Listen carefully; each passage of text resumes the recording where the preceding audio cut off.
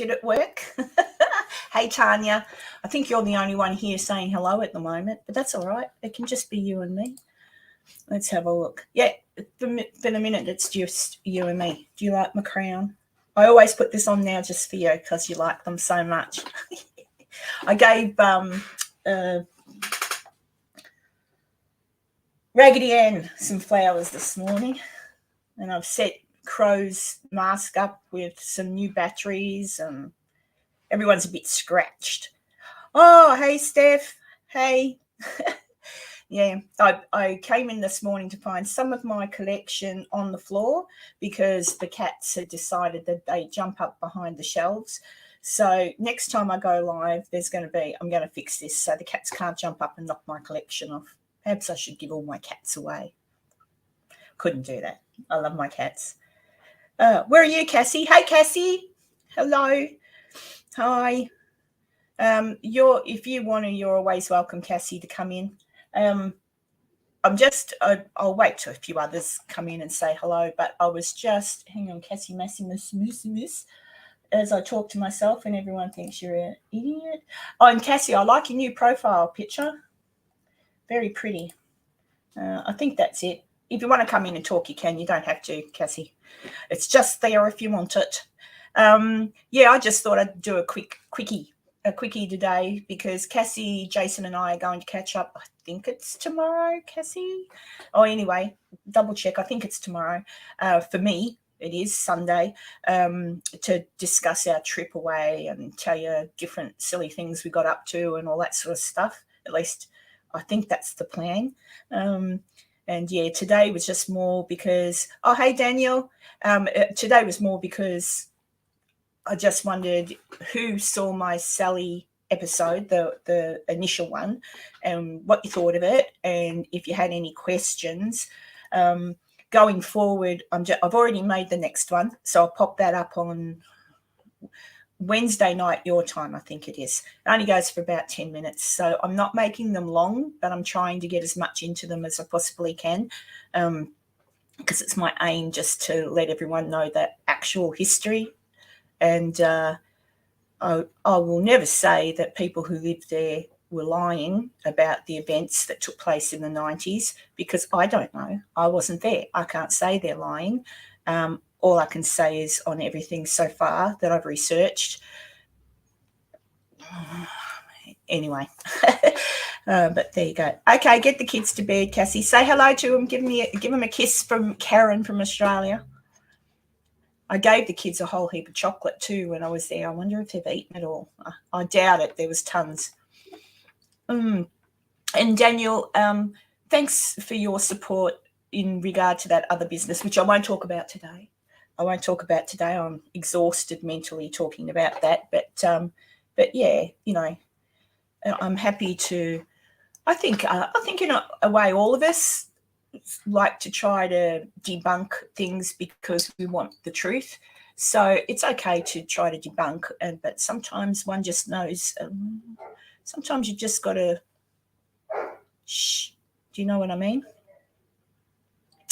Tanya, I have not been to the Sallie House, so I can't tell you how it feels. That's why I was kind of hoping, but I dare say Jason's spending time with his family tonight because he's coming on the live tomorrow. I actually want to go there, and the reason I was researching it was because Jason had been there, and I know some other people that have been there too, and they don't catch anything. And I thought, I was only going to look into it briefly. I wanted to see where the Sallie story came from and what the connection was with that. But then when I started to look at the history of the house, the street, the town, the people that built that house, and I told you that in the episode last week, Michael and Catherine Finney, I just became a little obsessed. I guess you'd say a little obsessed because the family that built the house, lived in it, died in it, etc. They were awesome. Like I would dare say they've got relatives still living. As a matter of fact, they would have. But everything I researched, I actually had to go back to old newspapers, Ancestry.com, find a grave, I did look at a few things that were written by people on an individual basis, but a lot of that stuff kind of didn't fit in with what I found in the newspaper clippings, or contradicted itself sometimes. So it would say something for one and like they'd change the story. So I basically oh, sorry, I was reading a message. But so I basically went more by the newspaper clippings from the time, which there's archives of that. So yes, I had to pay to get into the archives. Yes, I'm already a current subscriber to Ancestry.com, so that was helpful. But yeah, it was a lot of work. It took me, well, I started working on it weeks before I went to America, and it's still kind of an ongoing story. Hey, Heather. It's still an ongoing story for me, but where do you stop? So otherwise I could go on and on and on. But I'm going to try to stop around the time of the last death in the Sallie House, and we'll see what goes on there. Hang on, let me check all the questions if there's anybody asked. But yeah, Jason's been there. He said that it's a nice little old house and he didn't feel anything really. It was just awesome to go there. But yeah, I want to get there knowing what I know now, so that in investigating the place, rather than say ask for a demon or Sally or whatever, actually ask for something relative to the house as opposed to something, my opinion, conspiracy theory, whatever you want, the Sally story's BS. That's what I think. No, there's no Sally, Daniel. I'm going to go into it in the episodes, but there's no Sally. There was never a Sally that was killed in the house, died in the house. There was never. There was a girl there whose nickname was Sally, who lived there with her family from off the top of my head, I think it was around about 38, 39. The family lived there. I could be wrong. It might just be after that, but I'm going off the top of my head now. I don't have my records in front of me, but that wasn't her name. That was her nickname. And she was an old lady. Like she might be dead now, but at the time all that Sally business come about, you know, they were a family that lived there for a short time, then moved out. Then another family moved in. There's a Sally who was a lady who lived quite a few streets away, who passed away. Absolutely nothing to do with the freaking house. But these are the sorts of things that people grab for to make up bullshit. So you go to the house and scream out for some demon called Sally. The story, and I will cover this, all right, so I won't give too much away, but the story about a little girl dying from getting her appendix taken out or whatever the fuck it was, excuse my French, again, not true. Not true. And I'll explain that in another episode. I think these are all assumptions made by people back in the day when the story of Sally come around. This is my opinion, but just basically to build up, you know, oh, well, he was a doctor back in the day, you know, oh, blah, blah, blah. But there's no Sally. There are no bodies buried on the property. And keep watching my episodes, and hopefully by the end of them you'll agree with me. And if not, that's okay. Everyone's allowed their opinion. But, yeah. Hey, Lynn. Now, let me check that because I've been ranting. Let me see. Oh, where are you? Then I'd sent it to you, Cassie, wherever you are. Go to your messenger, if you can hear me. I'm sure I put it in your messenger. Where did I put it? Yeah, it's in your messenger, Cassie. Go there and click on the link. Let me see. Hey, Heather, yes. Oh, and Heather, as much as I wanted to leave you secret messages at the place, because I can say where you're going now and where I've been. Security cameras everywhere, and as much as they let certain people write on the walls because they're big stars or whatever, I thought, oh shit, I'm not going to get done for writing on the walls. But I did think of you a few times while I was there, so there'll be no little message from me, but just know I'll be thinking of you when you go into the room that's on the there's all little toys. Cassie will have to remind me what the name of the lady was that had the room. Starts with L, I think. But there was a lady who passed away and had a baby that then had to give back to her husband because she was there with TB, and she's got her own room there. I'll think of you when you're in that one. See what you get.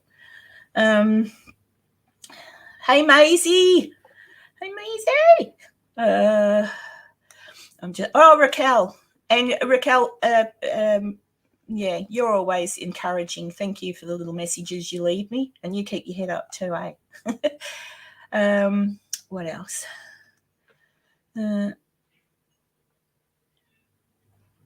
Oh, thanks, Daniel. Yeah, well, that's what I mean. I'm going back, people, over the comments. I can't.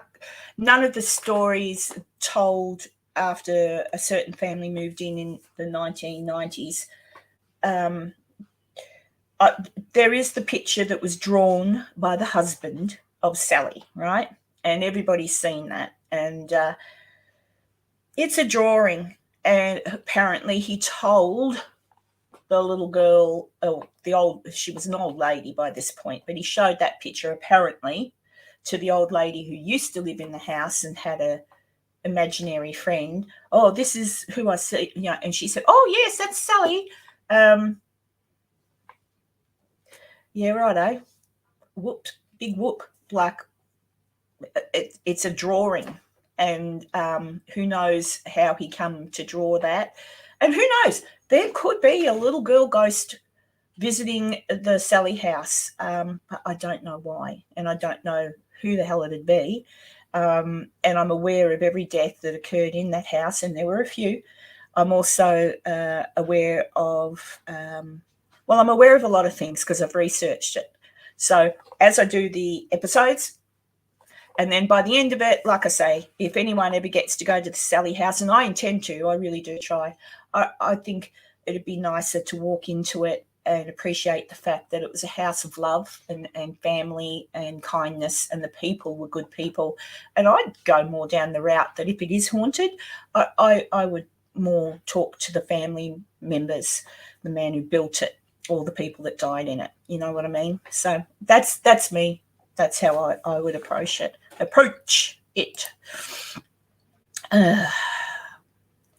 What else did Daniel say? Maisie. Oh, yes. All right, you're agreeing with Daniel, Steph. Yeah, keep your head up. I like how you always tell me to do that. and I will. Oh, you are. There she is. There's my Cassie. Hello. Hi. So, yeah, I'm just talking about that episode on the Sallie House that I put out. Okay. I just thought if anyone had any questions, and Daniel did. Daniel's always good at asking the question. But yeah, I just sort of thought I'd talk about it. And the next one, I've got it slated for Wednesday night. Only goes for 10 minutes. So, okay. But just so the next one will be about Dr. Finney. So that'll be. He was funny. Can I just say, Dr. Finney was a character. So when I think everybody will like that little episode. And then tomorrow, isn't it, that we're all having catch up with Jason? We are. Yep. At 9:00 Eastern PM. So that's, I think. Where are we now? 10:09. It'll be about 8:30 tomorrow morning for me, something like that. Okay. That's good. Yeah, that's good. Okay? I'll be here. Yeah, I'll be here. But I cut my fringe. It looks good. You reckon? I keep thinking, half my head's missing. Canada. Awesome. That's why I got it in Niagara Falls. Oh, yeah. Hi, Raquel. Hi, Maisie.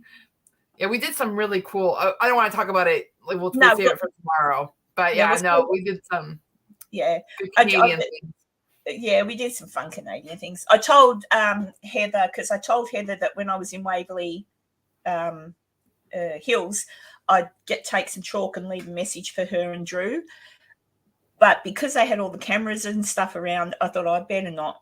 I didn't want to get drawing on the wall. Like tons of people have drawn on the walls. Yeah. But I don't know how long ago, and I certainly didn't want to get into trouble. Oh, thanks, Raquel. Hey, Raquel, do I say Raquel or Raquel, like in Raquel Welsh? Real or plastic skeleton, Cassie? Yeah, it's real, isn't it, Cassie? It's a real skeleton. Well, sure. That would be like thousands of dollars. No, it's just plastic. But this one's cool because where the red is, it's where the muscles insert. And like the blue is where they originate from. So it's like Or is it the it's opposite very way? good. Yeah. It's a very good one. Yeah, that would have been handy for nursing as well. We did have a skeleton. When I learnt nursing, we did have a skeleton. I can't remember what we called him. He had a name, but he was real. He was someone's real skeleton. Because people pass away and give their body to science, and that's what they do with it. After they chop you up a bit and have a look at all your bits and bobs and pop you in jars, they boil you up and get the meat off and make a skeleton out of you. Isn't that wonderful? Yeah. Yeah. I mean, I don't know. Mine was, I just got mine on Amazon. So for an actually decent price, I think it was only like $300. So 200. Was it Ellie who said she wanted an actual real live skull, like a proper skull? And I thought, well, you got one, Ellie. It's hanging on the wood above your head and it belonged to that beautiful little cow you ate. I keep having to go at her about that. Hi, Helena. Hi, Matt. I've started to do research as well as the Sallie House, which I'm finishing up. I'm just doing the episodes. I've got everything ready to go, but I think I told everyone I actually had a whole episode. It nearly went for about 2 hours, to be honest. And even then, I don't think I really covered everything I wanted to. And I thought, this is too long. And that's when Jason said, break it up. Just go break it up. And it's sort of easier. And then in some ways it's not, because by breaking it up, there's certain events that bleed into the other person's life. But I'll just recover them. Like as I go through, I'll go, now, if you remember, I said such and such. And then if anyone sits through and just sort of watches them in a row, they'll. So I'm working on, for our next episode, or when you guys put your episodes out, I'm researching Octagon now. I am waiting to hear back from them with some footage. Was that a Ron hand? Who was that? Did I just see it? Ron. He just walked in. Ron. Hey, Cassie, what do you think of Ron's face hair? I like it. He doesn't. No, it's not that I don't like it. The kids are actually disliking it. Well, the kids. Yeah, yeah. Do you reckon it makes him look a little bit more manly and coming from another woman, a little bit more sexy? Oh, stop, Karen. I've always liked you with more scruff, so that's why. Scruff, but like now it's actually like getting length. I'm just not used to it. Oh no, just keep it trimmed up. That's perfect.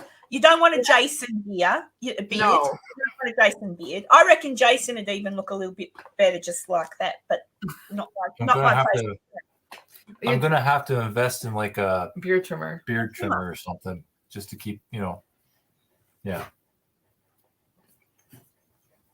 It should be chopping you up. What? Who said that? Amazing. I was talking about when you donate. When you donate your body to science, because when the university gets the body, they'll decide what to do with it. They might keep it as a full cadaver, and then you can just look at bits and bobs in it. But they usually, remove a leg or remove an arm, and they use the whole thing. And then the skeletons are quite valuable for learning. So I said, in the end, they chop you up and boil up get everything off of it. I don't know if boiling the skeleton would probably be the quickest way to get the meat off, but because remember, people, we are only meat. We look after our meat, but it is just meat. It goes off just like anything else once you die. Says me. Aren't I? What a cheerful conversation. The museum in Niagara Falls, they had that mummy. Mm-hmm. And it had existing hair that would continue to grow. Oh. Do you remember that? Hi, Kathy. Which was actually very weird. I don't know how that's possible, but it did. It had it was a mummy, and it was in a museum, and it had human hair on it still, and the hair actually still grew. I don't. Yeah. No, I don't. Look, people think that your hair and nails keep growing after death because they seem to get longer. That's a fallacy. That doesn't happen. What it is because the body dehydrates after death. Everything, all the fluid in the body goes away, and henceforth everything shrinks back, including, so it makes everything look a bit longer, but they don't keep growing. It's an illusion per se. I don't know. I knew that. I knew there was a reason. I knew Karen would know it, because I was like, I know there's something, but that didn't seem. That's what it is. Thanks for clarifying. That's okay. I don't know about the mummy though. That could be something, but maybe that's what they said underneath. And I don't know. But there's like a thing when you went to the Niagara Falls Museum and they had that mummy there. It's like, oh, visit the mummy that has hair that's still like growing. Like it's just like they had the exhibit like the two-headed calf and stuff too, right? So like their descendants. Some of those things did happen, but the human body, when you do nursing and you learn about it, and like I wanted to go much further. I wanted to be a doctor, but life journeys didn't take me in that direction. But I am fascinated as a machine, as our body is a machine, how everything integrates and works. And then you can start to diagnose why something's not working, and then you realize, well, that path's been blocked by that. It's just, to me, it's fascinating. But there you go. Yeah. I know. No. Yeah, the stages of human decomposition are exactly the same as your dog, your cat, whatever. That just happens. People die. And when you die, you leave behind your little skin suit. Meat suit. But yeah. And anyone who's Cassie, have you been with someone when they've passed away? You'll know exactly what I mean, and so will anybody else in chat that has held the hand of a dying person or watched the life leave them. It's weird because it's not that actually. It's never meant to be fun, but it's eye-opening because as they pass and go to take that last breath, if their eyes are open, most people I've been with, their eyes are open when they pass. They're just gone. All of a sudden, you're looking at life in the eyes, and they go, and then the eyes just go, and they're gone. And to me, other people it would affect differently, maybe because I've seen so much of it, and you've become used to it. But to me, it's kind of like, there you go. And they're not there. You just know that, the suit's empty. They're gone. That's where have they gone? So that's why when I would prepare a body after death, I'd still speak out loudly to the person that I'd been nursing, because their spirit may well still be sort of here and watching me look after them. So if I'm looking after them in life, I'm still going to look after them in death, and I just keep having a conversation. And that helps me prepare the body, and I think it might be nice for the spirit or soul. That's my belief. Right. Where they go after that, I don't know. I experienced that with Oma. Oh, yeah, you were with Oma. Right?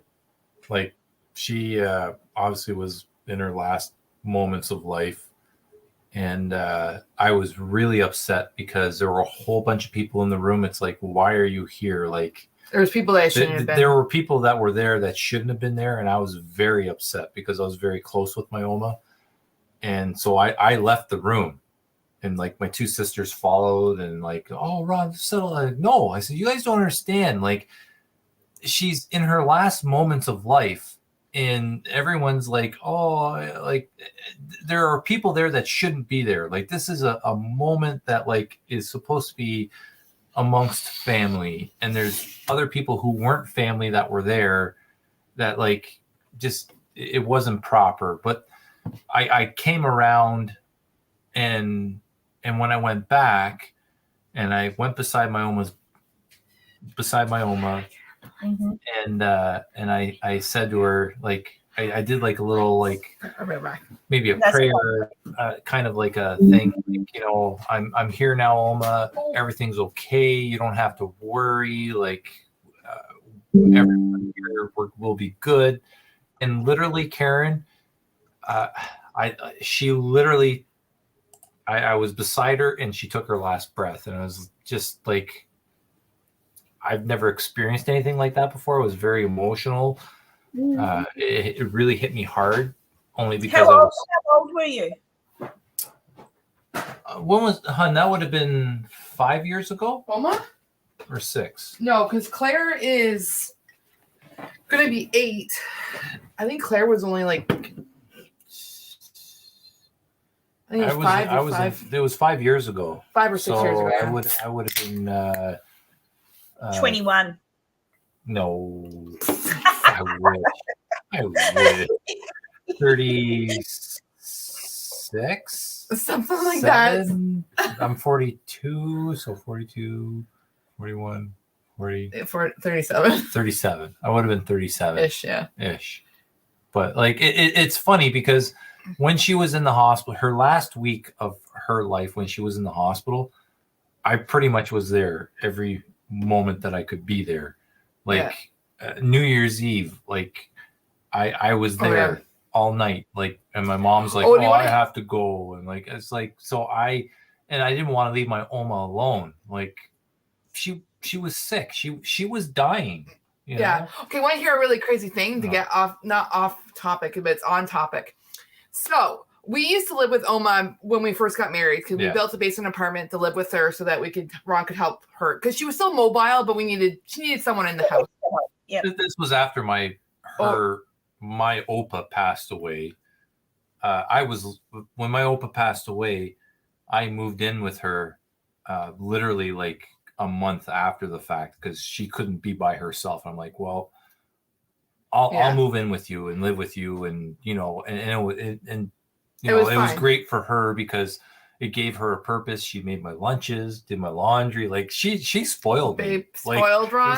I was spoiled. Like but I love her to death. Yeah, anyways, go ahead. So we lived with Oma. So this is a backstory.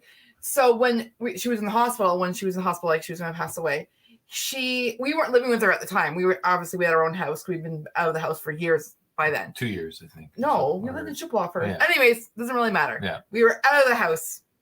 But she had woken up in the middle of remember? I forgot about she's this. like, no, you were visiting her, and she's like, I heard Claire wake up in the middle of the night, but in her brain, she's in the hospital. Obviously, Claire is not in there in the hospital, but she was thinking like we lived with her. Claire only 2 of the kids. A lot of them were the only ones that ever lived in Oma's house. So, anyways, she's like, I heard Claire wake up in the middle of the night. Like, she was upset, blah, blah, blah. So she's talking like she heard Claire. Get this. Claire that night did wake up the same night. It was so weird. And like Claire wasn't like Claire used to sleep through the night. So it was so weird that like Claire had woken up. And then my Oma said that night, Claire woke up. And then I told Cassie, he's just like, what? Yeah. This is weird. Yeah. Right? So it was weird. You know what the interesting thing about that is when you're watching someone who's very, very unwell and they sometimes come in and out of consciousness. Yeah. Yeah. I always wonder, is it possible in the moments where they're not with us, like they're unconscious, like they're here, is it possible for them to do stuff like that, like be in mind, like be in two places, like the mind boggles at what it could be. But I have heard interesting things like that before, very similar. So I know, and I forgot all about that until you started to talk about that. But the same as you have people come back after near-death experiences and say that they saw everything that was going on and they travelled and they went home and saw people were crying and then they came back and then they were alive. The doctors saved them. So it's almost like somehow your soul, and this is all me just thinking out loud, but somehow your soul can maybe do stuff we'll never know. It's funny because when it happened, or when she was saying that, I'm like, oh, she's delusional. But it's just so awkward and weird that Claire woke up that night and she mentioned that Claire woke up, and it's like it's too much. But she acted like she was still at home too, so that was like part of that. But like also with my grandma, there were some weird things that happened with my grandma when my grandma was passing away. Like she would say she would see things outside the window that was actually happening, but she wouldn't be able to see outside that window. Like there were some weird things. Like it was just, and again, that's sort of along the same lines. Was it that she physically couldn't, but something about her soul and about the fact that you're in that, what's the word for it? Twilight, I guess. Yeah. You're alive, you're in your bodysuit, and then maybe sometimes your soul goes whoop and comes back. And because look, just because I have nursed people who've passed, and you've seen people who passed, the minute they're gone, they're freaking gone. That you look at the body and that makes you sad. Yeah. But there's no energy coming from the body anymore. It's hard to explain, but I'm sure there's many people here who have had that happen to them. And I just think it's a very interesting, something interesting to talk about with other people that have lost and been in the room with someone that they've lost. There's lots of people, lots of people have done that, have experienced loss, but a lot of people haven't actually been there at the time of death. They've come in just after, or they've seen the body I think it would be good for people to because back in the day, everybody did. People died at home. People didn't go to hospital to die. If they died at home, and then they were laid out in the parlour, then everybody come to visit, etc. It was a very normal thing to do. Well, and people, sorry. Yeah, well, no, that's okay. But people experienced death, and death wasn't scary to anybody. It was an accepted thing.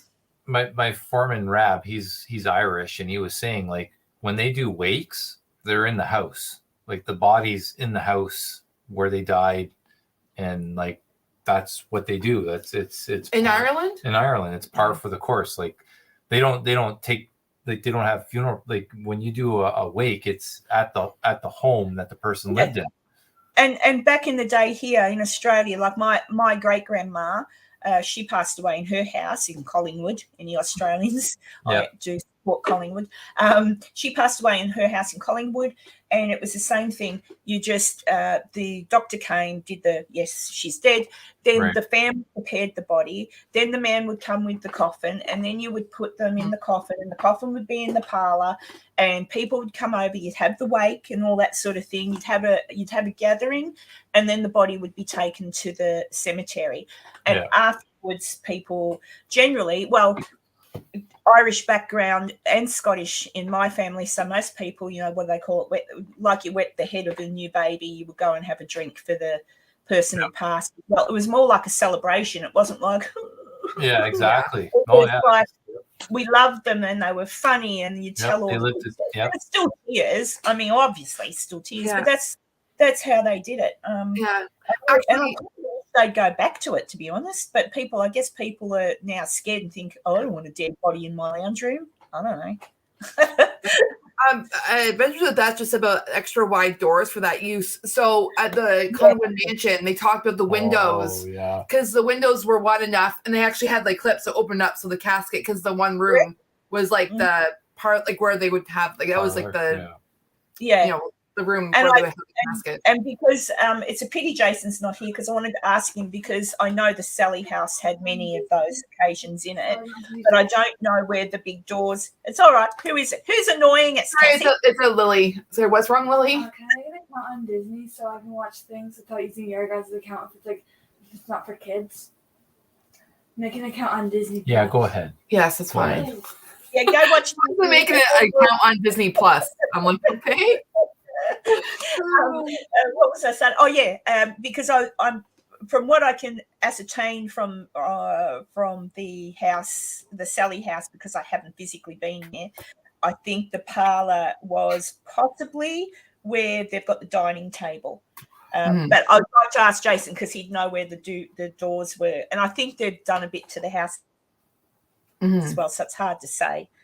But I just think I think death in itself, not looking for ghosts or spirits, but death in itself needs to be spoke like that what happens when you die needs to really be spoken about more in homes, because people are scared of dying. And nobody wants to die young. Nobody wants to die. But if what we think happens when you do happens. Nothing to be scared about. It's just another journey. Yeah, my Oma lived to be 91. Oh, that's a good innings, as we would say in cricket. What's your cousin? My grandpa was passing unconscious. They called us to come. Myself and brother walked in. He opened his eyes, talked to us, and said he loved us, made a joke, told us, walk out. We did. In seconds, he closed his eyes. And that happens a lot, Raquel. That happens a lot. A lot of I've nursed people, and Cassie may have had the same experience when you've got people in the hospital or a nursing home situation. Nursing homes are more sad because oftentimes families aren't close by. They've just put mum or nan or whoever in the nursing home and basically forgotten them.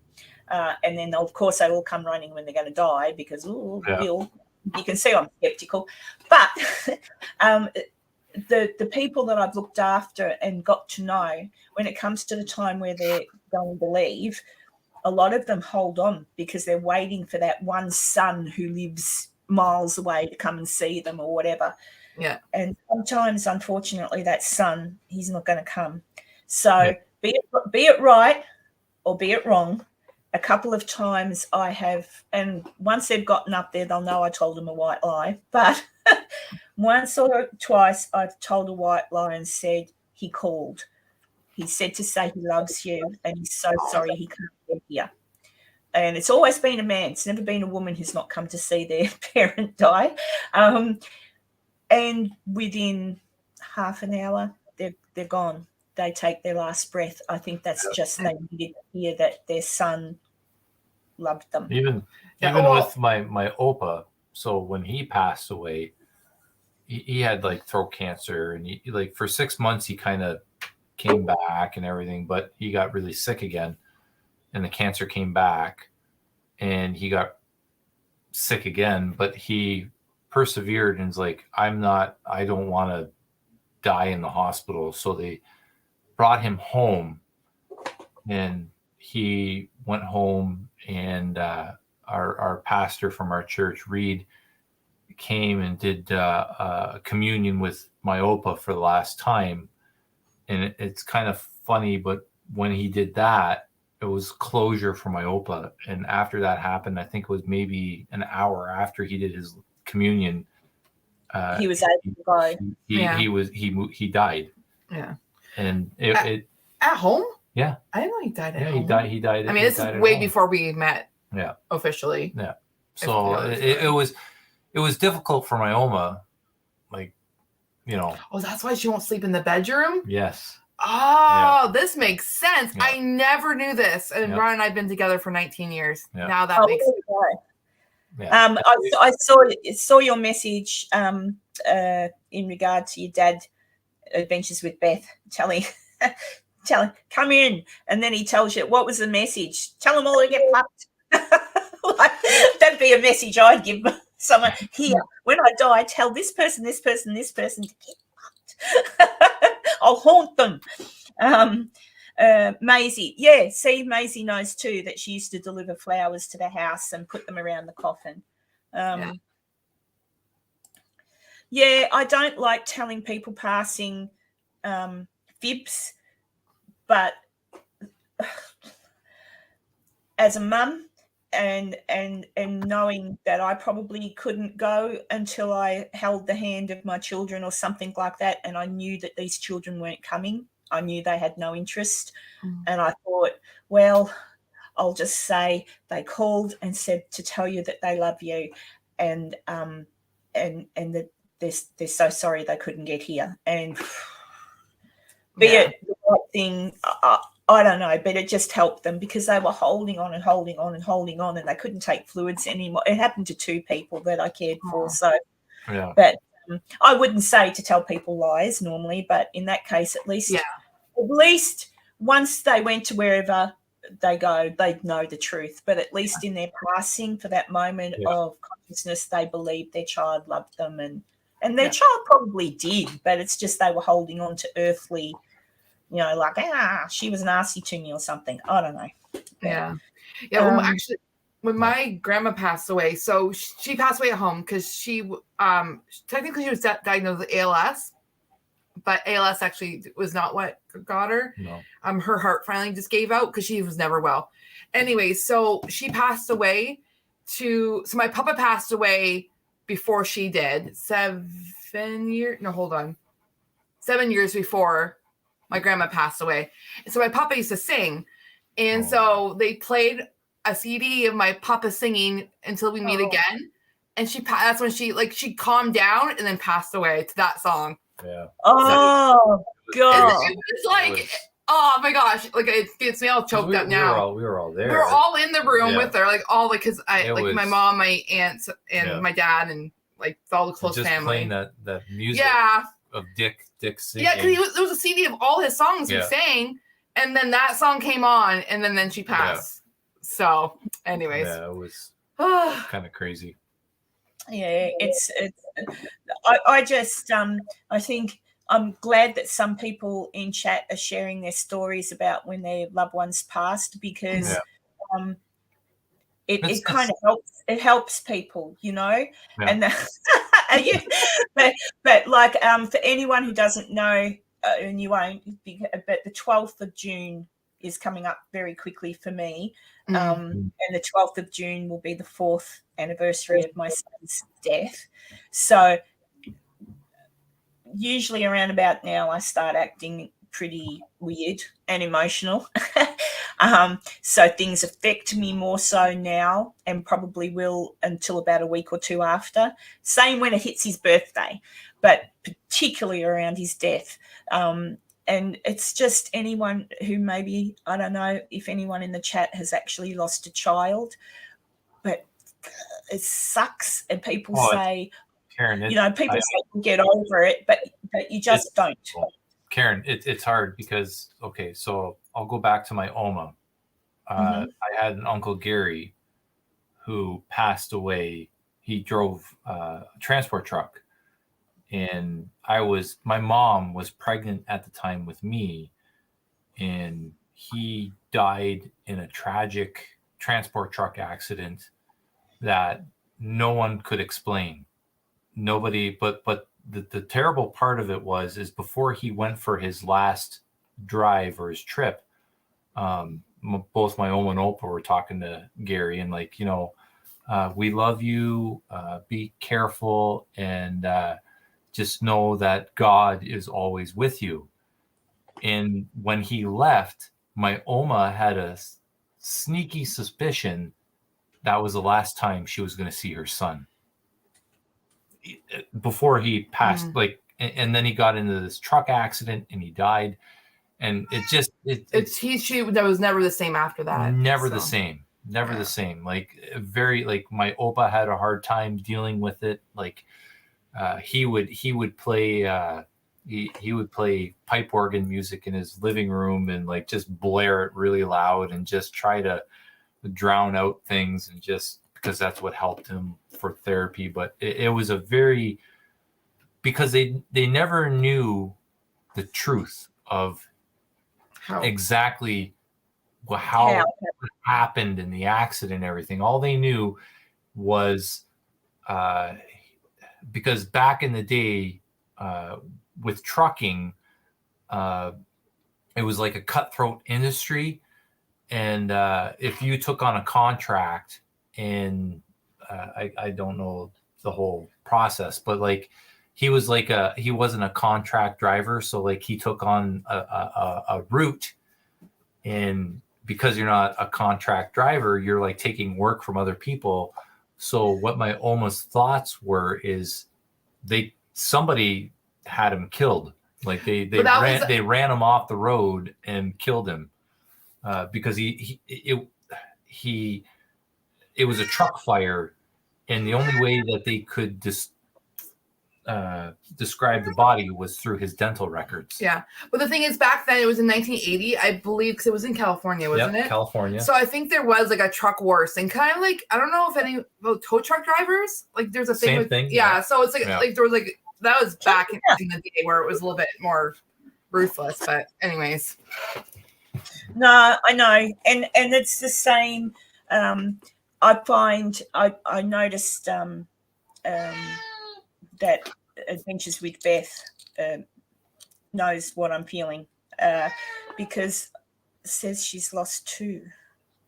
Oh, so I'll have a chat with Beth one day personally, but yeah, it's funny. Like, I've lost grandparents, I've lost my mother, I've lost my uncle who I loved to pieces, and cried, and it was horrible. But the death of a child, and now, it's I cannot explain. You just don't.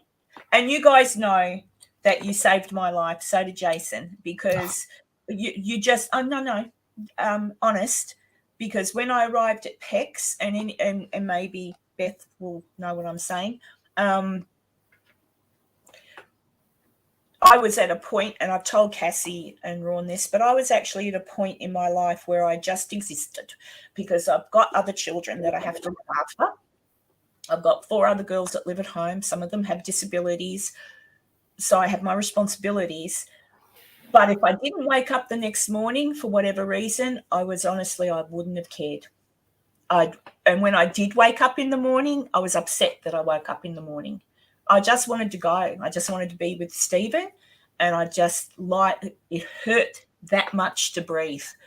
That's how it felt. And then I watched, for answers, I watched some content, and ashamed to say I was taken in by some fakery, but that's okay, because the fakery led me to PEX. And when I got to PEX, I met Jason, Cassie, and Ron.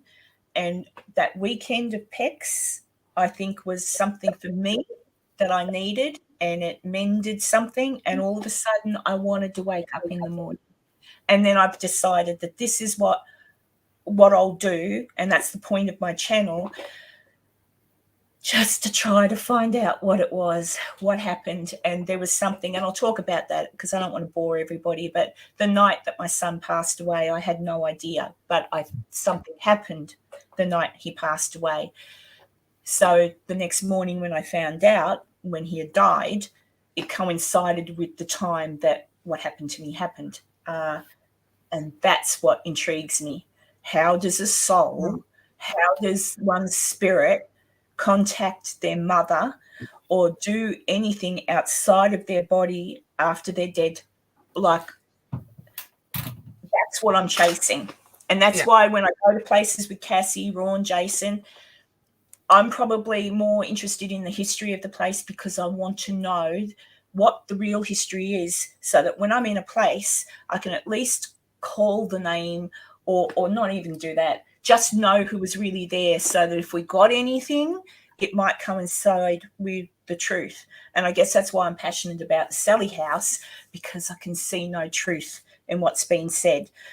I want the truth, so that if you go to the Sallie House and you get someone, say Charles or Aggie or Michael or Thomas or whatever, it might fit in, and something might fall into place to reinstate my feeling that we can do something after we go. And yeah, I hate to say, I really don't believe in demons. I really don't. Maybe they're spirits of really nasty people. That's what I'll put it down as, until I see one. And then even if I see a demon, I'll probably offer it a cup of coffee or something and say, let's have cool, a demon, fair income. Where do you come from? Where do you live? Would you like a coffee? Tell me all about it. No, I was like thinking sorry, when you were saying that, I was like it sounded like you were about to say Con and I Joe. Where did you come from? Where do you come from? Oh my. Yeah. I always like put music to like people's like sentences. Anyways. Yeah, so death of a child can be pretty shit. Well, can be. It is. It is shit, and I think it's the worst thing you can go. Honestly, I think it's the worst loss you can have in your life. Husbands, I mean, all right, husbands, like people, broken-hearted husband, blah, blah, blah. Yeah, but sometimes you still get remarried, and you might still miss them, but you've been able to function and move on, as hard as it is. And I'm functioning now. It's okay, guys. I do want to wake up in the morning. And that's why I put all this stuff together. You'll notice I stuck in the thing about the sanctuary where I went the other day and cuddled a koala. It's not paranormal. I could have tried to fake a dead wombat or something, but it wasn't paranormal. It was just meant as a bit of fun. And the reason is because everything that's on the YouTube, unless you delete it yourself, is there forever. So the day that I do drop dead, my grandchildren can look at Doof Doof Paranormal and see me at the zoo with the animals. So it's a mix, it's a mix. Karen, Adventures of Beth just said you can take down the little thingy. Oh, God, sorry, Beth. Where did I find it? There you go. Oh, well, it could be you've lost 2 sets of keys. We'll leave it at that, so we won't dwell on it too much. But, yeah, Beth and I need to have a talk one day. Yeah, and I hope you two never experience. I hope nobody in this chat ever has to experience it, because that's you would not actually wish it on your worst enemy. Yeah. Oh, thank you, Raquel. I'm glad you enjoyed. Do you know what I did to the koala though? I didn't put it in. When they gave me the koala to hold, I told them what I was doing, so I was asking him some questions. But they gave me the koala, so I'm holding the koala. And the fellow wanted to take my photo, and he said, "Look at me." And I've gone, "Oh, okay," because I didn't really need my photo taken. But anyway, it was part of the whatever. So I'm holding the koala, and when I turned back, the koala's face, its little nose, it was like right there. So I've turned back, and there's the little koala, and out of instinct, I've gone mwah, on its nose. And you're not allowed to kiss the koalas. Oh no. You know that? And the girl goes, "Oh," and I said, "I couldn't help it. It was instinct." I said, "Its nose was right there." But now I know what a koala's nose feels like when you've kissed it. And it's kind of like probably like Rowan's mustache. It's a little prickly and soft. It's so cute. Yes, Steph, you said that you used to go to Lone Pine. Yeah, I only found that just because my daughter was going there on a school trip, and I just had to take her because, they needed a parent to go along. I left her go do her own thing, and I thought, why have I never seen this place before? So I know it's there now, so I'll go and visit it more. I used to be a monthly visitor to the Melbourne Zoo. I had a membership at the Melbourne Zoo. Got to know people by name when you walk in. Hello, blah, blah. Unlike me, of course, isn't it, Ron, to know people by name? And it's interesting. I can talk about it now because it's up on the Instagram. But it's interesting to see that PEX is taking place this year, people, if you haven't seen, in October. But it's a late run, I thought. If people live there close by, but for talent, etc., especially if they've got other things sorted out. But Jamie Lee is asking for people that may want to be talent at this year's PEX in October to contact her directly. So there you go. But it's too late for you all, and it's too late for Jason. So never mind. I know. I used up all my vacation days. I'm empty. Yeah. I'm empty. And plus, hopefully, I'm talking it out loud, so it will happen. Hopefully, I'll be licensed as a massage therapist by then. So then that also will be harder to get time off right off the bat, because I'm not going to be like, I can you know what I mean, just leave. Yeah, and Jason's the same. He's started his new job, so he can't do that either. But I'm I don't know what to do. Right? So I've been asked by Janice Oberding to go to she's asked me to come to Eureka because there's a thing in Eureka, and she said I could travel with her. But there's also something happening in Virginia City in November, kind of like a whatchamacallit thing, but people I don't know. But she's asked me to come along to that, like pick one. And I'm like, that's only this year. And I just got back, and as much as I'd love to and I want to, I'm like, geez, like I've already told I don't need accommodation because I can stay with my friend Connie in Virginia City. Janice has also said I could stay with her in Reno. So that's good. So I don't need accommodation.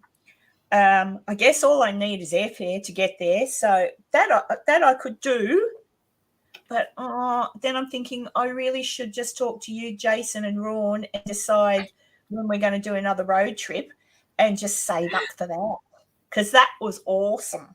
It was fun. It was so much fun. You'll learn more about the road trip if you tune in tomorrow. Yeah, but you can learn more about our trip. But it was probably, I think it was something that we all needed, really. Mm-hmm. It gave Ron and Cassie a time to be Ron and Cassie, not mum and dad. Yeah. And it gave me a time to be just Karen and not mum. And it certainly gave Jason time to be just Jason and not dad. So we were all like big kids, really, weren't we? We ate a lot of food. Ate a lot of food. Yeah, we had a lot of fun. Hi, Shell Dust.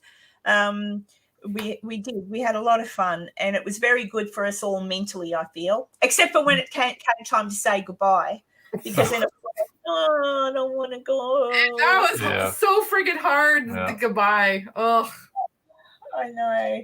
And Cassie was crying, and Jason and I were driving off. I said, she's crying. And he goes, she'll be all right.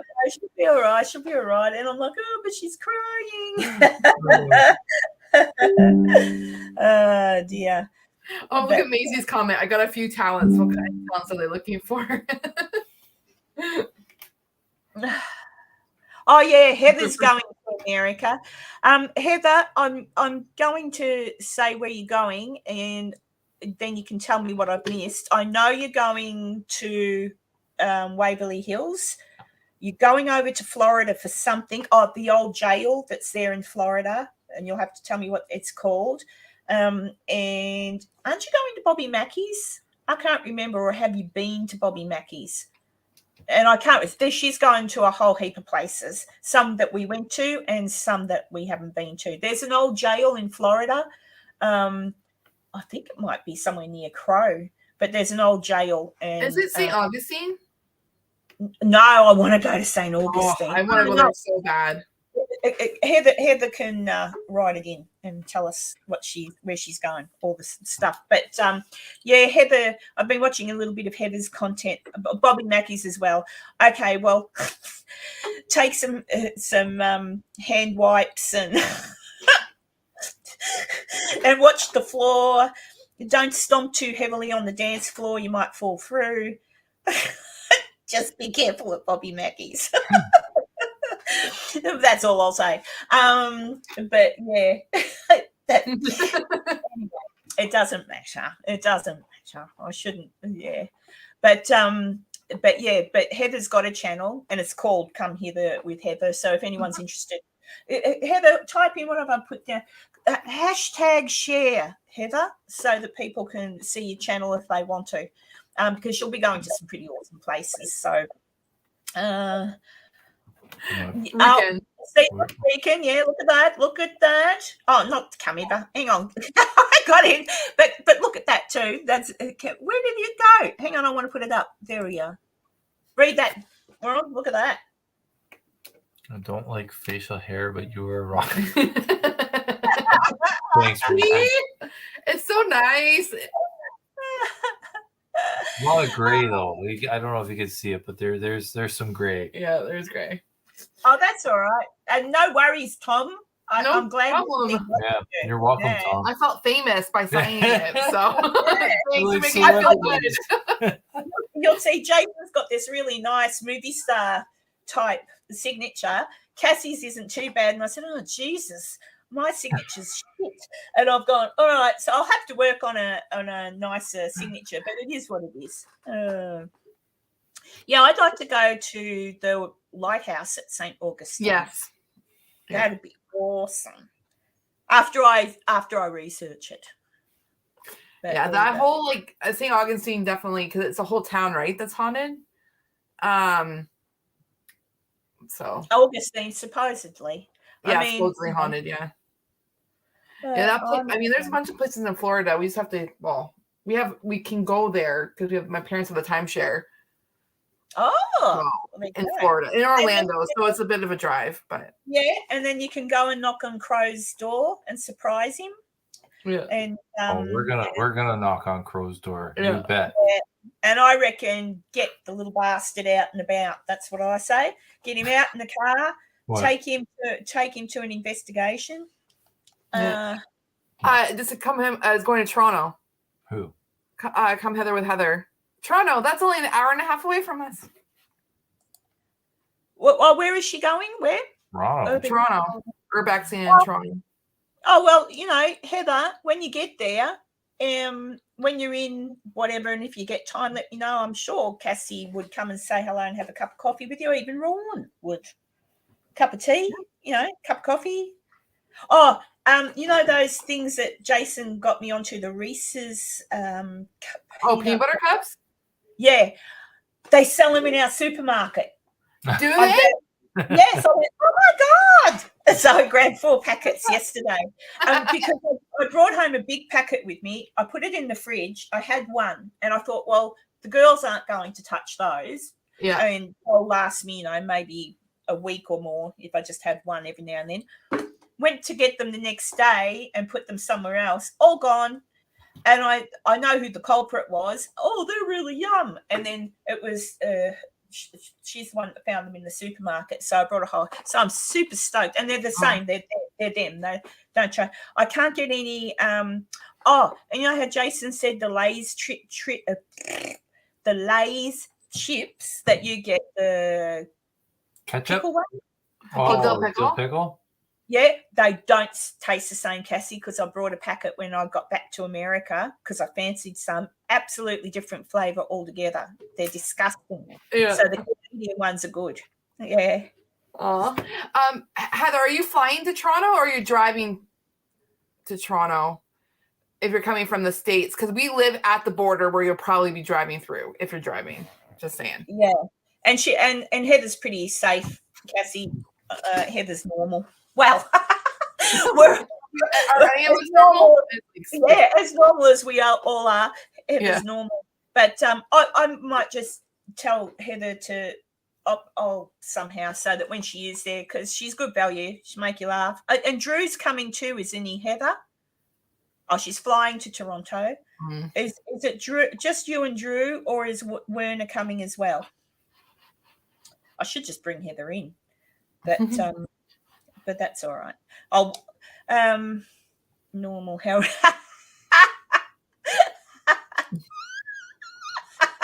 because I said she's normal. Oh, okay. So yes, Drew and Werner. So Werner's the one, her partner, that does the Urbex. Oh well, okay. So you Heather. Heather does a combination of Urbex, and I was watching. I have to finish the one that you put up last night. I started to watch it, but yeah, it does Urbex and ghost hunting. Mm. But Werner's work, he's got his own channel. He's really good, like Jason is with the drone and stuff. Really beautiful, and even his camera work. So yeah, I'll put you in contact with Cassie, and if they get time to come and say hello and catch up, no worries. Who goes together so well? What did I miss? Oh, Drew and Werner. Cool. Who Drew and Werner go together so well, Heather? Or Cassie and Ron? They're a pretty good couple. I would hope so. I would hope so. 17 years almost together. Or no, married for almost 17 years, together for 19. Yeah. It's all right, Shell Dust. There's nothing normal about any of us. No. Yeah, where are you going, Rican? Do tell. Maybe we've been there. Yeah. Well, you shouldn't tell him. Is it top secret? Just remember, if you're doing an EVP thing, give time for people to answer on the other side. Just don't say, "What's your name? Where are you from? How old are you?" All in one thing. Give it a because they've got to answer. Because you see a lot of that, don't you, Cassie? People do an EVP and they keep. It's like they can't hear the answers, so oh, you shut up! I'm going to kill you. That's a dog. White Hill Mansion. White Hill Mansion. Do you know what that is? Where's that? I believe White Hill Mansion's in New Jersey. I think. Because that place I wanted to go to, I think it's a 6-hour drive from us. Really? Just saying. I could be wrong, but I think it's in New Jersey, right, Rican? I'm like, I think. I know it's not far from us, or I mean, like 6 hours. That's when Heather will be there, 24th to 30th. Oh, you're there for a while. Interesting. Cool. We'll put it in our calendar. Yeah, we'll try to figure something. I mean, we're not very far at all, so. Yeah. So you'd be right. Just don't bring Rose, your doll, with you. Heather's got that doll. Oh, okay. Well, if there's one trip to Niagara, that's 20 minutes from us. Yeah. So hit us up definitely if you're down in Niagara, because we're literally like. Yeah, because they're literally, honestly, Heather, 20-minute drive from their house to where Niagara Falls is. Oh, you're going to love Niagara Falls if you haven't been there before. I loved it, and the hawk that I got to. Oh, yeah, that was awesome. Actually, that was a pretty awesome day. But we'll talk about that tomorrow, because that's what we're talking about tomorrow with Jason. But yeah, and Fieldsboro. So it's in Fieldsboro, White Hill. Oh, okay. Yeah. Just a second. Google it. Fields. There we go. I don't know if Daniel's still in here, but yeah, it's Jamie Lee that you got to contact. She put it up on Instagram. Mm-hmm. The PEX thing. So I don't know. From what I know, it'll be the 19th of October through to the 22nd. That's what I know. That's all I can say about what I know. But that's what I know. But I don't think any of us are. Well, I won't. I'm not going there for that, because that's October, and I think I'd like to go. If I come back, I'd probably go in November, and I'm told that Virginia City in November is still okay. But then I don't know. As I say, that's a lot of money to spend, and I'd have to go for another couple of weeks. Yeah. And then I'm not going to see you anyway, or Jason, because you're all too far away. So, I love you and I love Jason, and I think I'd much rather save up all of my money and plan a trip with some other locations in it, even up closer to you, like another road trip, just a road trip up to, or not even a road trip, I don't know, whatever Jason wants to do, but just come back up there and do things around Canada, or even, like you say, New York, down that side. We could all go to visit Crow and steal his cats. Yeah, because Crow's not really, well, I thought he was further, but he really isn't. I mean, it is still a really long drive. Far enough, not to be a hop and skip and a jump, but Fieldsboro, Rican, is literally 6 hours and 40 minutes away. So, like New York City, I heard there's a lot of like actually haunted places in New Jersey. So. Yes, we are, Maisie. Well, we are in the Niagara region. Yeah, Niagara region. Niagara region. Well, because we live in Fort Erie, which is like it's Fort Erie is its own town, but we're in the Niagara region, what's considered. So it's the Niagara Falls area. Well, no, it's Niagara region. We're not Niagara Falls. It's it's the region. We're in the Niagara region, which encompasses Niagara Falls, Fort Erie, St. Catharines, Beansville, Grimsby. It's all a bunch of cities. Yeah. I'm too scared to go to New York City, Heather. You're too scared? Yeah, I'm scared. Heather says it's all right, but I'd be scared I'd get mugged or something. I've never been in New York City. I want to go. We've only just it's on my bucket list. I want to go. Yeah. Yeah. I don't know. I think New York City for me. I'm not a city person. I don't really like cities. I like towns. I like smaller places. Cities. I mean, I've lived in Melbourne. I spent time in Sydney. Brisbane here is a small city compared to those. Adelaide's another, well, Heather can attest to this. Adelaide's another city that's not huge, but so I can cope with Adelaide. Yeah. But yeah, busy cities. Like when we drove with Jason through those big cities, like that was a nice Cincinnati. Oh my God, Cincinnati drivers. No offense, That was terrible. That was like dangerous. Like that was like I couldn't wait to get out to the other side. But yeah, no. Regan says she didn't realize we were that close. Yeah, we're literally there's like Buffalo, New York, the border, us. So there you go. That's cool. And what time is it where you are, Cassie? 9:40. Oh, that's all right. That's not too late. Yeah, yeah. I have to work tomorrow morning, but at 7. Yeah, I wouldn't go down any back alleys in the Bronx either.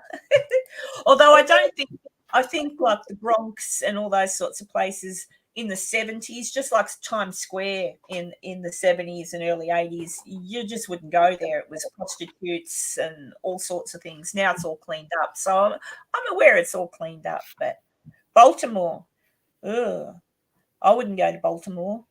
I'm just, Karen, you should hook up with Adelaide's Haunted Horizons. Oh. Well, at some point, I'm going to go and annoy Heather. I've already told Heather and Werner that I will catch a plane to Adelaide and they can take me to some of the interesting places that they've been to or other stuff. I don't know. Why not? Adelaide's okay. I can cope with Adelaide. It's a smaller, place. But, But yeah. Where's Ron gone to? The toilet? The dog's out, or dog. Yeah, just one dog, Toby. She's the only one that really gets up through the night.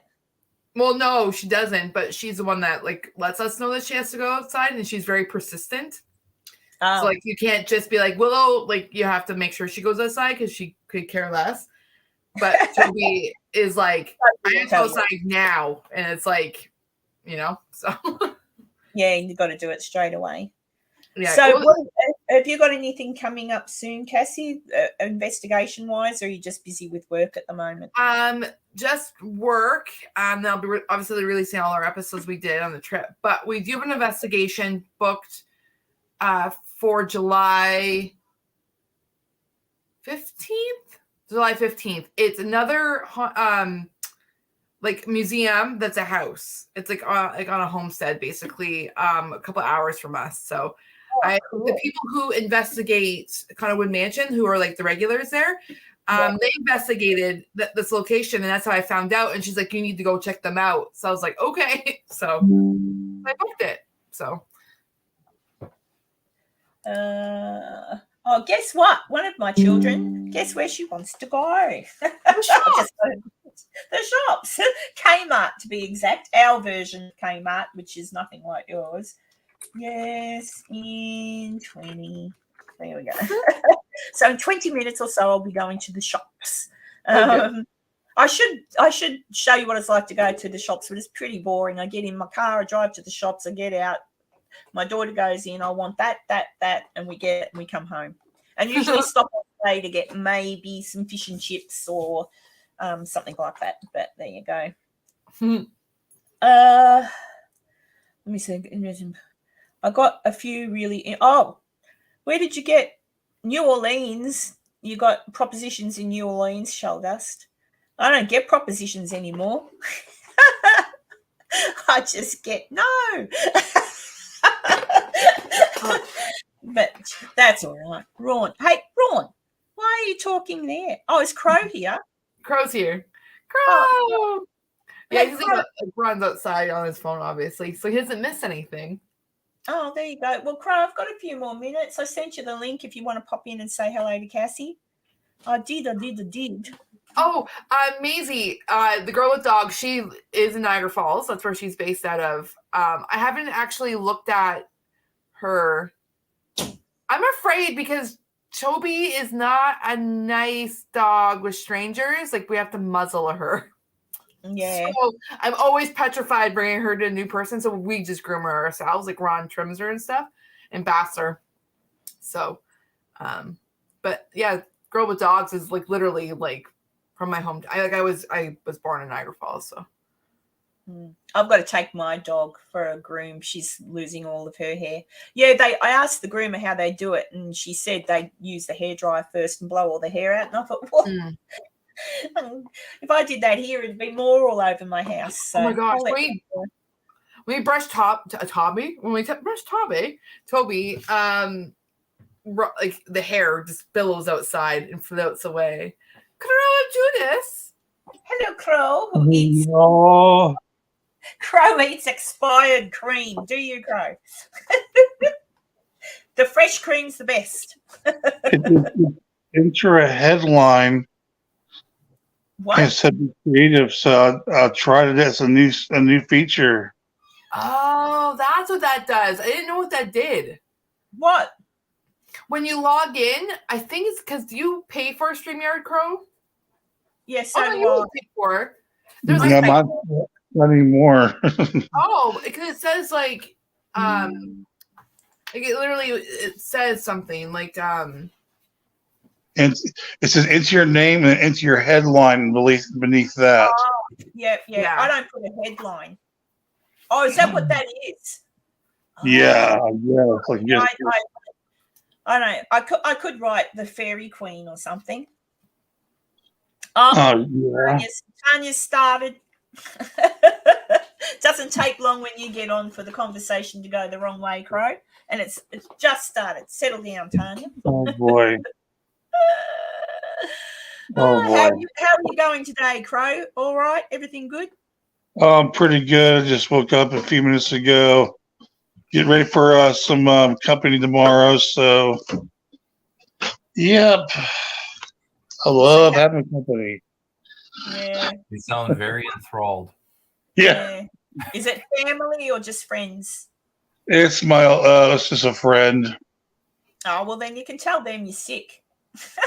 Dude, Yeah. I know you're coming, but I'm so sick, I'm throwing up. It could be gastro. or expired cream. Yeah, I'm going to tell them to take a COVID test too. So. Oh, say you've got COVID. Oh, if someone told me they had COVID, that wouldn't keep me awake. I wouldn't care. Just wash my hands and blow my nose. You're just going to catch it, aren't you, Cassie? Like, ask Cassie. She's had it 100 times. She had it. I slept beside her. I never got it. Yeah. Still don't have it? Guys. I'm just saying. Yeah, they're still all fine. No one ever got symptoms. Just saying. I mean, Elida and Garrett both had symptoms, but tested negative the whole time. So mine was number 4. COVID times 4. It's just like getting the flu, guys. That's all it is. It's a bad flu. I mean, well, it's a virus. It's a flu. Because COVID is the flu. Every flu you have, it's a COVID. It's just that this is a different strain of it. But yeah, no, whatever. I'm waiting to see what next thing, conspiracy theory, whatever they get on us next to lock us up. I'm supposed to say hi to everybody in chat. Hello. Hello. Yeah, Crow's just waking up, so if you're saying anything to Crow, he's probably yes, we all did have a good conversation the other night, Daniel. And Crow, we're not going to talk about it here because it's stressful. But Crow did great work on his 2 episodes. I enjoy them. And if you haven't seen his episodes on some anomalies in some photographs, go over to Crow's channel and check his last 2 out. I thought they were really interesting. And at this particular time in my timeline, I'm enjoying seeing those, Crow. So thank you. It's helpful to me. Well, thank you. I'm busy at the moment getting ready for a long trip. Wanted to say, where are you going, Black Cat? What's the long trip? I'm going to the shops. That's a short trip. But there you go. I did ask my child to keep the dog quiet. Obviously, one doesn't listen. But that's yeah, Crows. But just as I say, I'm pretty sure everyone in here has probably seen Crow's episodes anyway, because you're all the familiar faces. But yeah, they're pretty good. Raise a few interesting theories, but on the whole, yeah. See, Shoulder saw him. Sad at the same time, yeah, but it's still good. Oh, thanks. Yeah, there's the link. I'm not sure who has seen him or hasn't seen him. It's cool to see everybody get engaged, and I think I saw the box. Even I suggested a debunk for Beardo to do on his channel, one that I never could debunk, and I sent it over to him, and he did a video on it. It's like I think it's his 2 videos. If you go over to his channel, you'll see a Most Sargy on a thumbnail, and it's really good. But he really couldn't debunk it either. He did a great job on what he thought it was, but it got everybody thinking of, like, in the debunking group, everybody's thinking outside the box of what it could be. It's really cool. Debunking in itself is fun, just trying to, especially when it's a good one where you can't figure it out. Yeah, but, and that's what.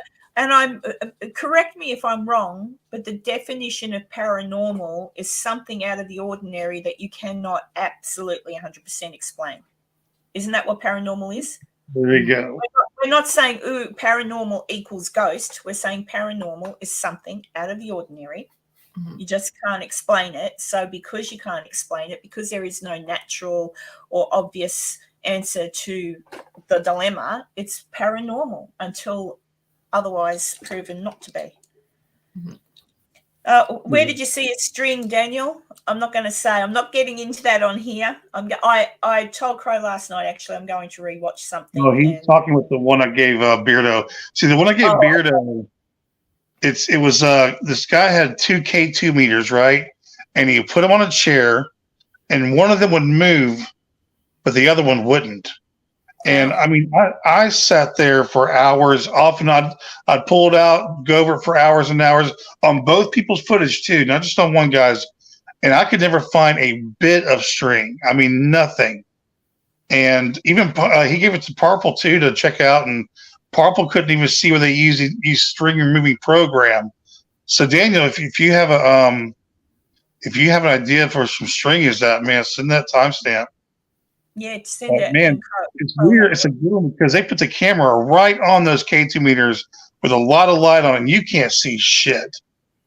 They think what the latest hypothesis is it's a trick K2 meter. They put some kind of vibrating device in there that makes it move when it vibrates. Vibrating. Yeah. K2. Interesting. Be repackaged. Yeah, that's what I thought, Daniel. Thank you. Yeah, it's not normal, so you can't explain it. So there you go. Oh God, I was going to ask you something, Crow. Well, what are you going to work on? Anything else? What else have you got coming up? Do you reckon anything yet? Or you're still looking? Yeah, I'm looking for the next one to piss everybody off with. Well, you didn't piss me off. No, I'm just kidding. And the thing that people have to realize too is when Crow does do an episode, he researches everything. He doesn't just grab it, chuck it together, and go, there you go. Like, he actually looks into the background. I enjoy hearing everybody's different points of view and stuff, and what it is, because hell, I don't know what it is half the time either. I mean, I just know that I can't explain it. But so I don't know what I'm going to do next. Now I'm kind of like, dude.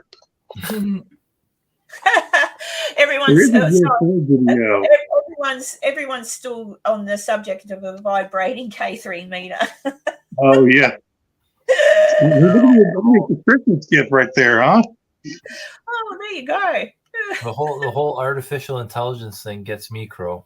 That's pretty fascinating. People aren't as interested in that right now. I think once it starts destroying our lives, there'll be a big subject.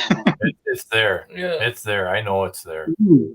I do want to post these artificial intelligence made commercials. This guy's had his program, and he says, make a pizza commercial using this, and that. And it is the creepiest shit you've ever seen in your life. It is so weird. Well, the fact that they can use artificial intelligence to make an entire movie, that's crazy. Ooh.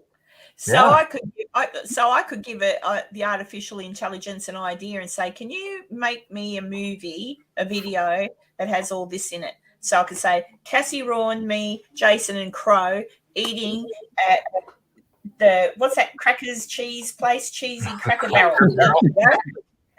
Cracker Barrel, and a ghost flies over our head while we're eating burgers at Cracker Barrel. And I see if they can put that together. I'm going to try that just with my bobbleheads, but I don't know if like maybe I'm reading too much into this or whatever, but apparently I don't know if there's like a half an hour video where it's artificial intelligence. There's no human interaction. Like it's artificial intelligence that made a video. Like I haven't seen that yet, Ron. An actual video. Where did you see it? Can you send Crow a link? I gotta look. It was on YouTube. I don't know. I don't know if it's but like right now you can go on the chat GPT board and say, hey, write me a story, a scary story, but in the style of Stephen King, and it'll write you instantly. But they're already getting to the point now where soon, like Ron said, you can go in there and say, hey, write me you will eventually be able to do this. You'll be able to say, make me a movie that uses Al Capone and he blah, blah, and you put all the crap in, and it will do that. And then eventually I think that's how movies will be made professionally in the future. People say, well, it's too far. But give it 10, 20 years. It's going to be, it's already putting artists out of business. Yeah, that's great. I know I watched a little video, one of the YouTubers I follow who just puts up sort of silly stuff, but he's funny, said that he asked, I've got it. I've got Chat GPT. I could go to it if I wanted to, but you've got to be careful because it's only drawing information from the internet and what's out in the internet. And a few things I've asked it are wrong. So it's not intelligent to the point where it can decipher bullshit from whatever. But this guy, Daniel, actually asked it to write a story in the style of Prince Harry, in the style of Prince Harry's, whatever the name of his book is, about the car chase in New York for 2 hours. And anyway, it did. And it came back, and so he said, so for all of you who want to hear it, so he read it out. And I thought, oh, my God, it was just written just like that, all the same. I thought, that's pretty clever. Like, so it has been done. It's funny. I am a Lewis Capaldi fan. Who's Lewis Capaldi? That name sounds familiar. But he's a singer from Scotland, I believe. Ah, okay. But he's young. But Peter Capaldi is his cousin. I was thinking Peter Capaldi. Well, Peter Capaldi is Doctor Who, one of the Doctor Who's. Yeah. But Lewis Capaldi is Peter Capaldi's cousin. Oh. Yeah. Hi, Joe. Oh. Hey, Joe. Crow, Maisie Road's got a Crow. Have you seen the woman who has made an AI version of herself for $1 per minute? Gosh, I'm assuming that's on OnlyFans. Hey, Joe Daddy's here. Crow, have you seen a woman who has made an AI version of herself for? No, I have not. Wow. No. You'll go check it out, won't you, Crow? No. I will. I actually don't really totally understand the whole AI thing. What do you mean? Well, that's good. I have a friend, Ryan, and he does like art. So he'll have like, I don't even know how to explain it. He puts in like words that like words, yeah, and it creates like. Using artificial intelligence. Yeah. But when you know that it's made by artificial intelligence, for me, the value of that art is very low. Like I would see, when I know that somebody created a painting with their own hands, and you look at it, what's come from their mind to the canvas, or their mind, like my daughter, 2 of my daughters have got a program on their computer that they actually draw the art themselves, but instead of on paper, it's on a board and it transfers to the computer. But that's their drawing. It's just that the thing is the sketch pad and the computer shows it. Now that is art, but the AI art, I don't know. Artificial intelligence Okay, so Rab was telling me today at work, my foreman, his son Lewis, he had a homework project, and it involved artificial intelligence, and he's like, "Oh, I'll just let the AI give me the information that I need. I don't need to think because the artificial intelligence is going to think for me." This is coming from an 8-year-old child. Yeah, but the problem is the artificial intelligence does get it wrong, and it does, because I've gone into that because I've got it. I've gone in and thought, hey, can you tell me the address of such and such, or can you tell me who lived at this place, and it comes back with the information, and I look at it and I go, that's not right. And then I go to the census, and I go, because I pay for all this crap. I'm going to the census, bring up that date and go, well, how the fuck did you get it? So I don't bother asking that anymore. But I don't, because it can be wrong. So it's only picking up information from the computer, from the World Wide Web, and that's how it works. So, but the scary thing is that generation. So he's an 8-year-old child is relying on artificial intelligence to give him the answers. Because he said to his mom, like Catherine, he's like, "Oh, I don't need to think for myself. I'm just going to go Google, and AI is going to give me the answers." Like, okay. What? I know. I'm just saying, our kids haven't come across. No, our kids don't come across that. But I'm just saying, like that. That's the persona, or that's what's kind of happening in a sense in schools, and art. Like, I don't even know how. I don't know. It's weird. Okay.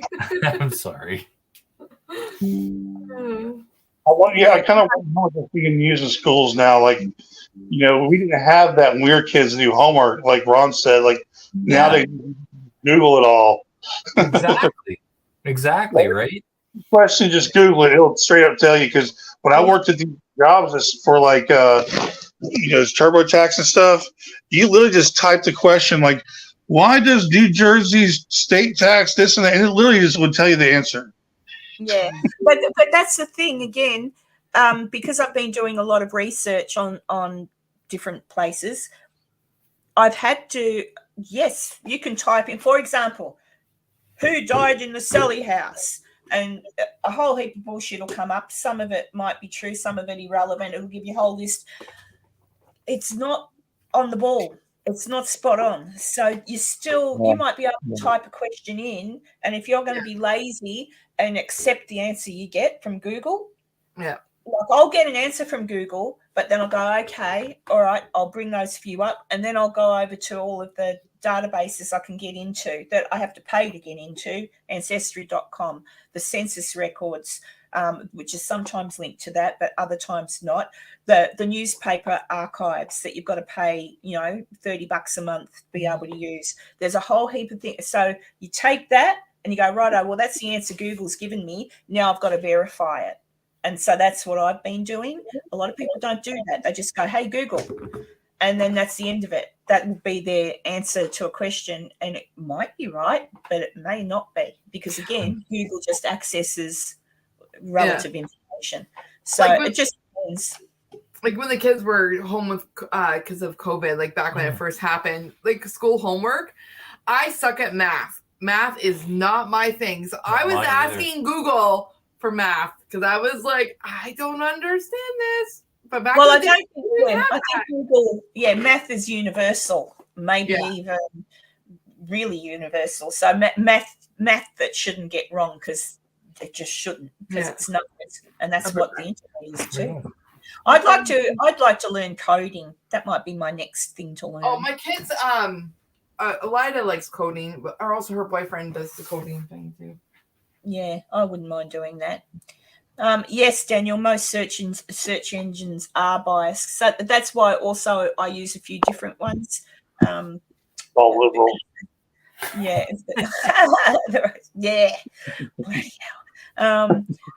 So but look, I've been having some good fun doing my research, and I'm learning now. And when I was doing my nursing years ago, we had books. Like, we didn't have the internet.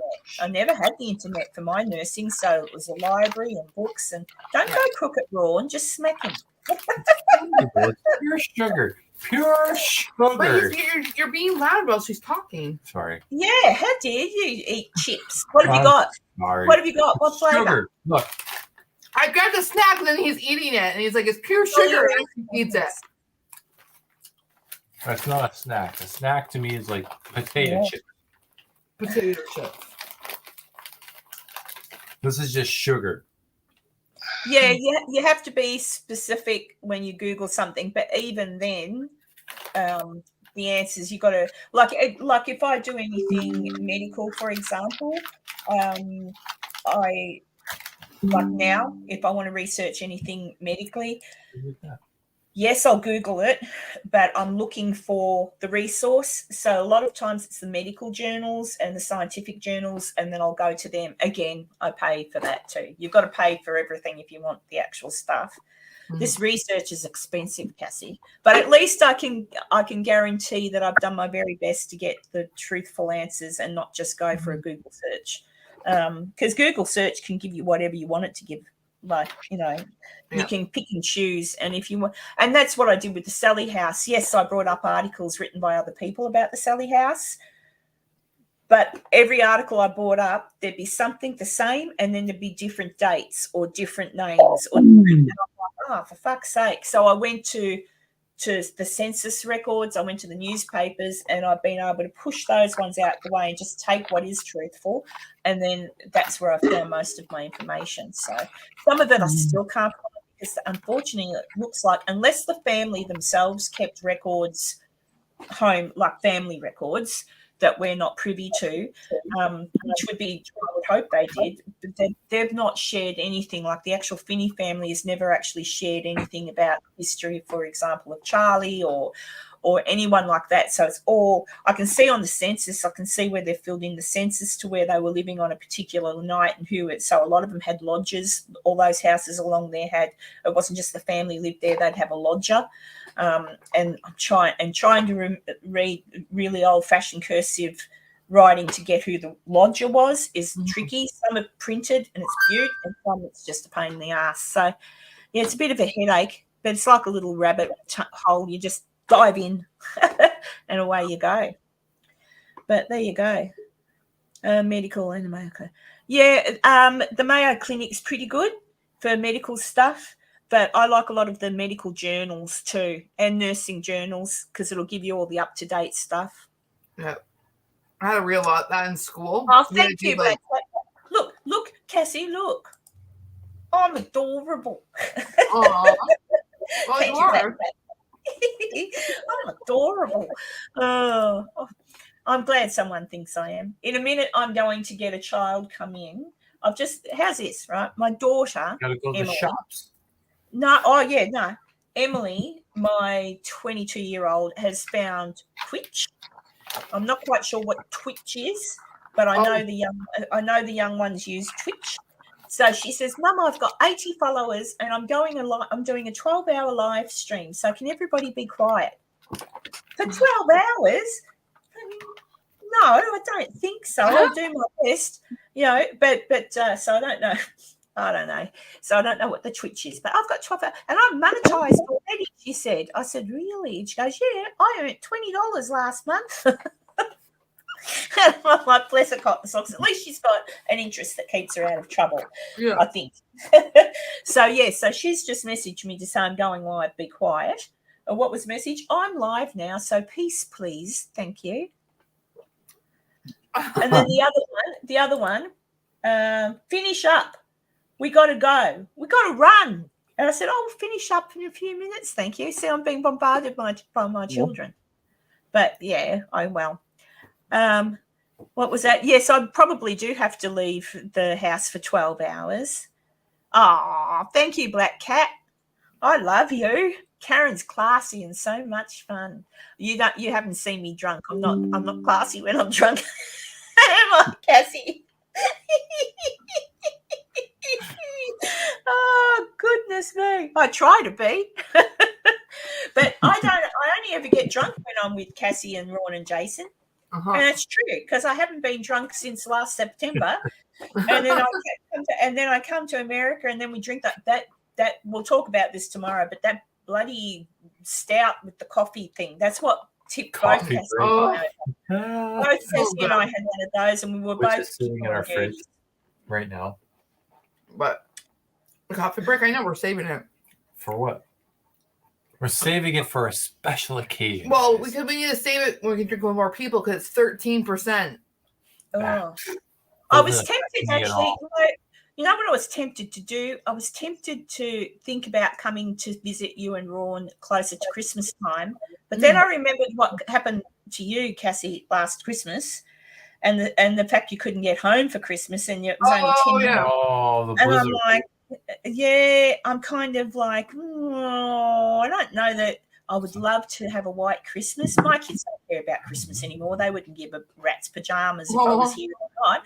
But I thought, wouldn't it be nice to wake up and see Santa Claus's little deer reindeer's paw prints in the snow? And it doesn't happen. It doesn't happen all the time, though, Karen. That was like that snowstorm was that snowstorm is a once in 100 years or something. No, right? It was I don't ever have a memory, and I mean I'm 39. I don't have a memory of snow it being that bad. Like they were comparing to the blizzard of 77. Yeah, it was insane. I mean, blizzard of 77 was worse, but it was very bad. The crazy thing is we got all that snow, and then literally in like 4 days? No, like probably a week.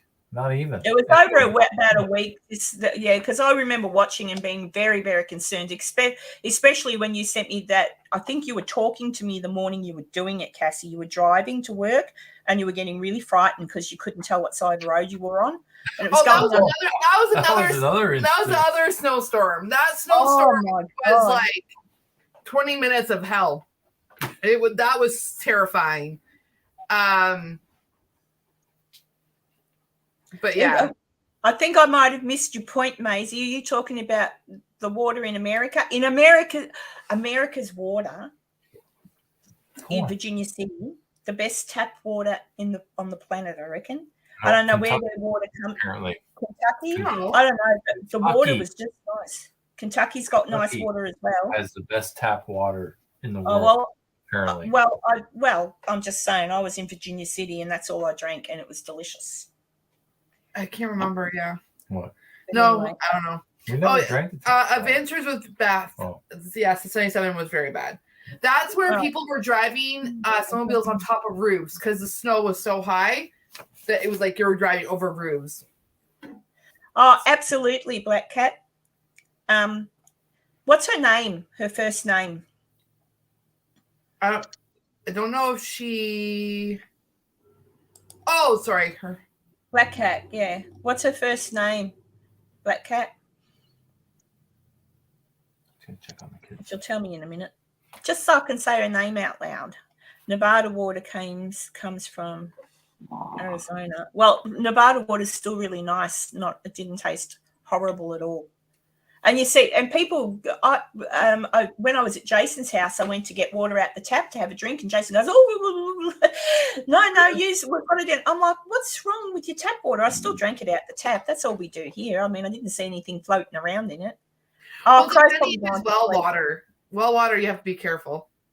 Yeah. Oh, look, we have here in Australia too. We have water that comes. The name's gone. I've gone blank now. I used to have one on my property and the water's just yellow. You can't drink that. You've got to filter that out and stuff. Oh shit, what's the name? It's like a well, but we call it something different. But the water that comes out the tap, quite as nice as you could have. Where am I? The Crow, yeah, blah, blah, blah. Oh, yes, because you get drunk in America. Well, no, it wasn't the water I was drinking in America to get drunk. It was because Cassie and I don't like beer at all. No. But we do now. Yes. And I actually had a beer last night. Like who would have thought in a million years me drinking beer? Yeah, not reservoir, Tanya. It's got a name. It's when you pump right down like a well. It goes right down, but we don't call it a well because it's not a well. It's just a pump that comes up. Oh, I've gone blank. Doesn't matter. But either way, it's yellow, disgusting water, and you can't drink it. You got to drain it. Arizona tastes like shit. Well, come and taste Australian water that's everyone drinks out the tap, but it's full of chlorine. It's horrible. I'm having trouble posting. Keep getting error messages, and I have to keep trying. Oh, I don't know why, Maisie. YouTube is weird sometimes. Sometimes, look, I've had to maybe go out of it and come back in, Maisie. Like, you know, Callista. Oh, that's a lovely name. Oh, there's an actress, Callista Flockhart. Isn't she the one who married Harrison Ford? Well, Callista, from everybody here in the chat, from Cassie, from Ron, from Crow, from me, Black Cat, we're all thinking about her. And hopefully the mass is just something silly and they'll be able to get it out. Maybe an overgrowth of just some, nothing sinister. Fingers crossed.